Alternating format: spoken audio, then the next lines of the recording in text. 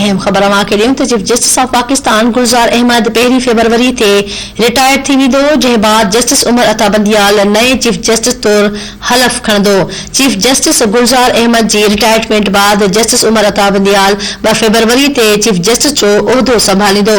नओं chief justice Umar Ata Bandial 16 September 2023 ते retire थींदो, जंहिं बाद जस्टिस काज़ी फ़ाइज़ ईसा 17 सेप्टेम्बर 2023 ते चीफ जस्टिस ऑफ पाकिस्तान बणजंदो ऐं 25 नवंबर 2024 ते रिटायर थी वेंदो।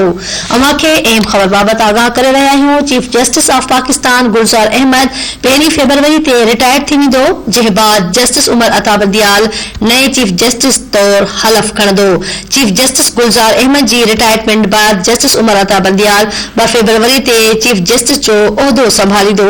नओं chief justice Umar Ata Bandial 16 September 2023 ते रिटायर थींदो, जंहिं बाद जस्टिस काज़ी फ़ाइज़ ईसा 17 सेप्टेम्बर 2023 ते चीफ जस्टिस ऑफ पाकिस्तान बणजंदो ऐं 25 नवंबर 2024 ते रिटायर थी वेंदो।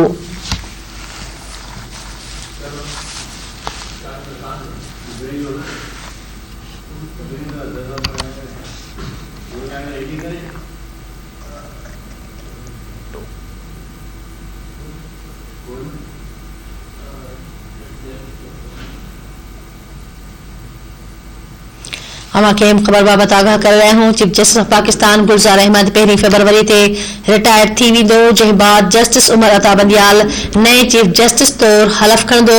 चीफ जस्टिस गुलज़ार अहमद जी रिटायरमेंट बाद जस्टिस उमर अता बंदियाल 2 फरवरी ते चीफ जस्टिस जो उहिदो संभालींदो।